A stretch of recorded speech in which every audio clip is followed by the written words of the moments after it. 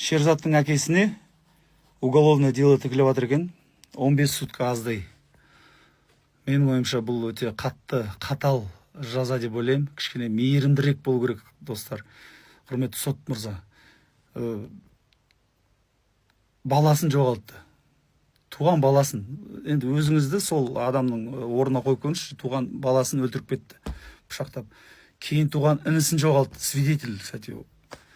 Енді кішігірім бір бұзақылық істеп еді, жарайды, жолды жауып пышақты өзіне қарай нетіп еді, бірақ енді 15 сутка беретіндей ол адамға түрме емес, ол кісіге психолог керек.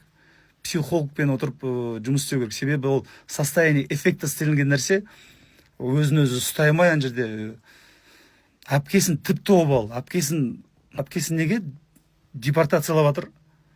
Әр қазағым, жалғызым. Өзі қазақты жеткізе алмай, көбейте алмай жүрсек, сіздер ол қазақтар қай немен қуатсыздар, вообще түсінбеймін.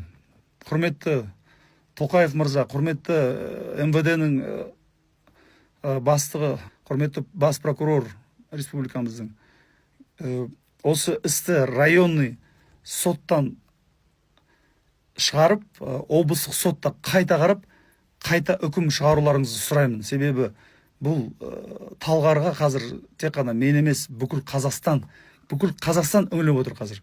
Біз енді жаңа Қазақстан құрып отырмыз, слышащее государство дегендей.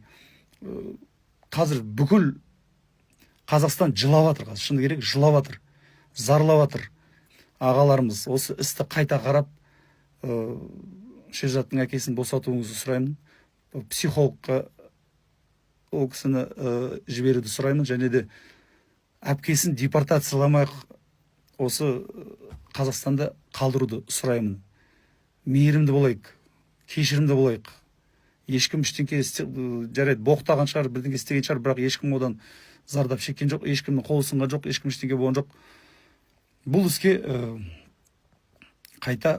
істі қайта қарауларыңызды сұраймын. Айқын Төлепберген. Рахмет.